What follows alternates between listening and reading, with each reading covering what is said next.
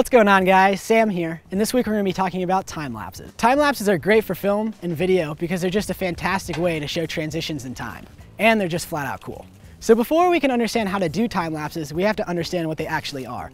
It's basically just sped up video. If we take a video with our DSLR and speed it up, we'll get a change in time. But there's a better way to go about doing time lapses. Because when you take a video and you're dropping all those frames when speeding it up, you're basically just wasting storage by frames you're not even using, frames that aren't even being played back. So instead, we can take a series of pictures over a course of a certain interval on our DSLR and play it back at a frame rate, such as 24 frames a second, and have a time lapse. And you can do this in these cameras with an intervalometer, which comes built in many cameras. Unfortunately, these Canon cameras we have, the T2i, does not have an intervalometer. But with Magic Lantern, it comes with one.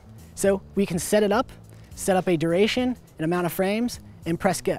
Unfortunately, one big problem with time lapses is getting flicker. That's when your camera readjusts its settings when in between different photographs. To avoid flicker, you want to shoot everything manually. So you want to have a manual shutter speed, a manual aperture, manual ISO, and don't forget manual white balance. So then with that image sequence, we can open it up in Adobe After Effects, right-click on it, interpret footage, and change it to 24 frames a second playback.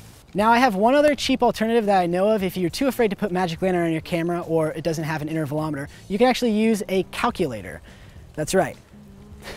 That's right, folks. You can actually use a calculator to act as an intervalometer for your camera. Using a 2.5mm jack cord to plug it in from the calculator to your camera remote port, you can run a specific program that you can find on our website. Click here, and you'll be able to take time lapses. So thank you guys so much for watching. Hope you learned something and have fun playing around with these time lapses. They're really fun.